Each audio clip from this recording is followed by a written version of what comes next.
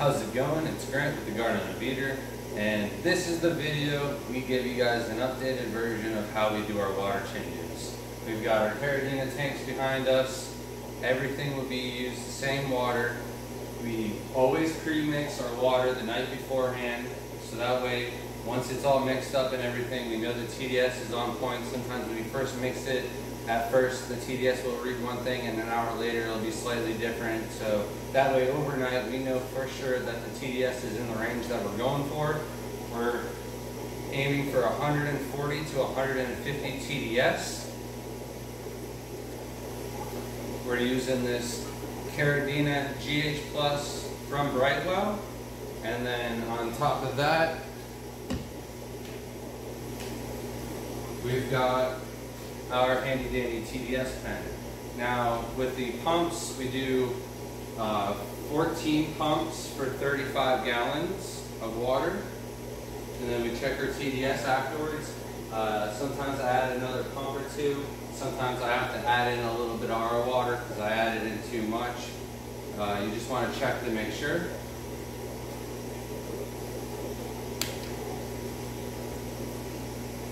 The next thing we have is our hose for our water change, and then on top of it we have a stainless steel filter mesh guard. This is from Pond Aquatics. This is for his filter guards, but this is the exact same size as my hose. You can tell the hose is clean. This is from using the Coral MD solution to prevent any cross-contamination. I do use some solution up the hose when I use my deeper tanks like the 55s and stuff like that, but the solution that soaks overnight, you can tell how tall the container is. And then the other two things I have are, I do have kids, and the kids have friends, and I just like to avoid anybody sticking in anything in any of the tanks, so I do use an old scraper just to pry open the lids. And then the other thing I have is just a little plastic clip that holds the hose into the tank so I don't have to hold it there myself. And then these are just brute trash cans. I find that these are probably the best, the most durable. I'm not sure how much plastic gets leached out or anything like that, but I've been using these for years and none of my shrimp have been sick or ill from anything that I can't figure out. So the trash cans are definitely safe. And then the only other thing I have is a 343 gallon water pump from Aquatop, and then inside of it I have a little adjuster valve so I can change the flow. And then depending on the tank, I like the flow to come out like that for maybe the 55s, for the 20s, and then the 10s a little bit slower. I try to fill it up as fast as I possibly can without disrupting the substrate. So the water's all mixed, everything's good, ready to go. And having them on the wheels is just a lifesaver. So you don't have to carry buckets anymore. So I've got my hose. This is a super long hose. From any tank in my house, I can run it out into my pool, which has the koi and the turtles. If you guys haven't seen that yet, we are going to do a video, basically like a spring cleaning video. Once a year we go into the pool, we completely drain it, get any mulm off the bottom, pressure wash the sides of the pool, and then fill it back up. So you'll see a before and after and during of all that process there. But if you're wondering where all of our water goes, it's just gravity fed right into our koi pond pool setup. With starting the water changes, I usually like to start in like a brand new tank that's cycling. However, all of these have shrimp in it except for this tank.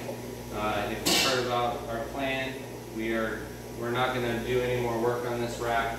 We're going to set up a new rack, and it's going to house all of these shrimp on this entire wall. Once that's done, then this rack will get torn down as well as the others, and we're going to rebuild a whole new rack. So lots of plans here to come. However, since there are no new tanks cycling, I'm going to start in my best tank. And on this rack, it is our red Fancy Tigers. And I'm just going to siphon this outside.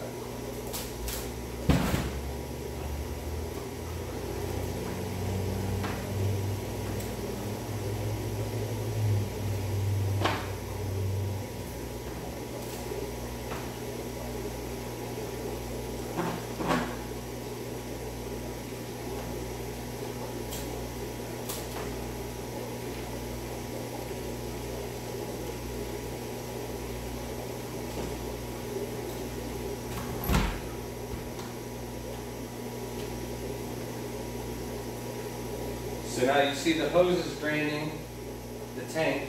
I usually do around 40 to 50% water changes.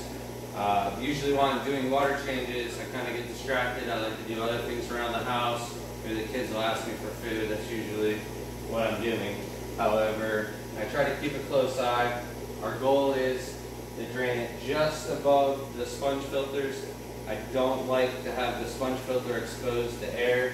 It happens sometimes, but for the most part, all of our tanks are below that level. So we'll get it right to there, and then we'll move on to the next best tank, basically, and we'll finish at our worst tank. And it's not really our worst tank, it's just really like, those are the shrimp that we got the last, and I'm just not sure how they fit into our program here yet. So just to be safe, they go at the end of the line. Any new shrimp, they just go to the back of the line. So the shrimp that are being taken care of first, they're either our most expensive shrimp or the ones we've had for the longest, and we know there's absolutely zero health issues with those shrimp, and then we continue to go down the line. If there was a whole row of tanks that maybe had algae blossom or something like that, or algae bloom, I would maybe save those for last, or do those and then clean it with the Coral MD before I did any more tanks and move on. And then basically all I'm going to do is, after this tank is ready, I'll move it to the next tank and I'll immediately start filling this tank up. I'll usually add in a little bit of water to each tank above the head of the sponge filter because it's so many tanks. I only have the one pump going right now. I had two, but it just didn't sit right on the tanks. I don't like the fill nozzle to go into the water or touch, because then I'm cross-contaminating. I'm really careful about how I drain the tanks. I'm not so careful about how I fill them up. It's more like moving it onto the next tank as I'm walking around. But I gotta get ready for the next one. I'm gonna move it to our flat Fancy Tigers. And I just kind of like give it a little shake before I move it to the next tank. And I don't have to touch the hose or anything like that. It automatically goes because of the gravity. The hose is so long, it's out running outside right into our pool or our koi pond. So it's just very, very simple. No pump needed or anything mechanical. It's all done by gravity from here on out. If it does get stuck or anything like that, you can just walk the line where you lift it up starting from here, drop the line slack a little bit, and then you walk the rest of it, and it'll move the water down the pipe and then start the siphon all over again. The bottom tanks will drain slower than the top tanks. If you didn't watch our old water change video, we always siphon water from the bottom of the tanks. The debris and everything like that is more dense in the water column, so that'll be at the bottom, so we always try to pull it from the bottom. I also like to get it away from the sponge filter. I feel like maybe that's less circulated water, it might be a little more stagnant than the rest, so I like to pull it from there. Other than that, we'll just start filling up the safari tank.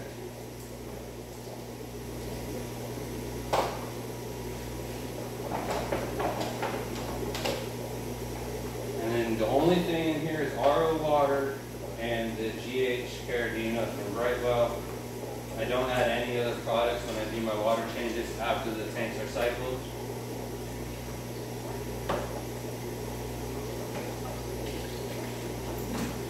And then you just got to kind of be careful on the initial pull so that way nothing gets disrupted or anything like that.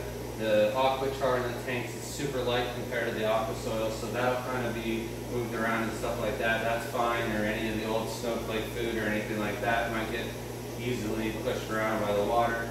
I'm not worried about that. I'm just worried about the substrate, you know, going all over the place, dust and cloudiness. Those are where you'll get your bacterial infections and stuff like that. So as long as you're filling it up fast enough that it's not disrupting the substrate, you're good. And then, other than that, I think we'll just do a little time lapse of us finishing it up.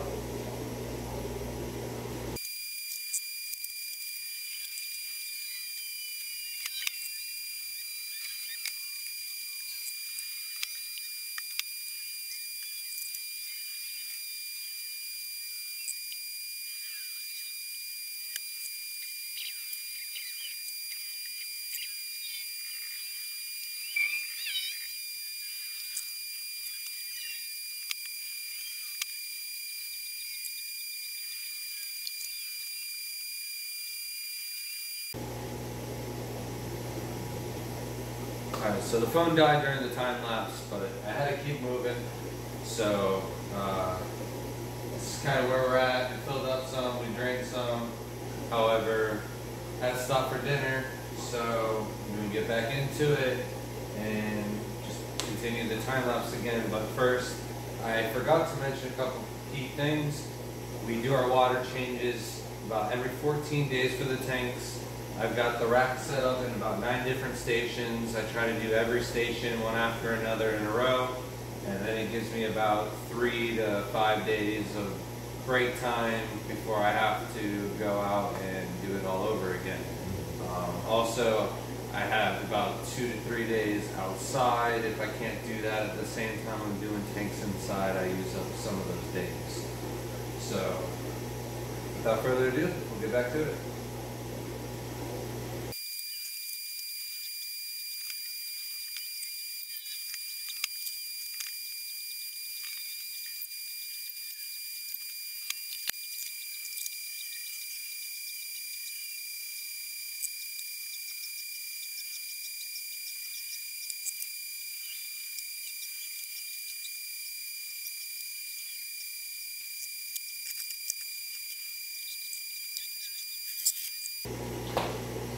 I need to stop messing with the dog. As you can see, I emptied that one way too much. Almost like 90%. It's really not that big of an issue. I just got it trickling down so it doesn't disrupt the substrate. I'll probably fill it up halfway, do the rest of the tanks, come back to it, fill it up 75% of the way, maybe do the rest of the tanks a little bit more, come back to it, and finish it off. But it'll be fine, nothing wrong with it. Everybody freaks out and thinks massive water changes are bad, that shrimp are really sensitive. You know, they're sensitive to temperature swings and stuff like that. And as long as you have the water in nice and slow, it'll be just fine.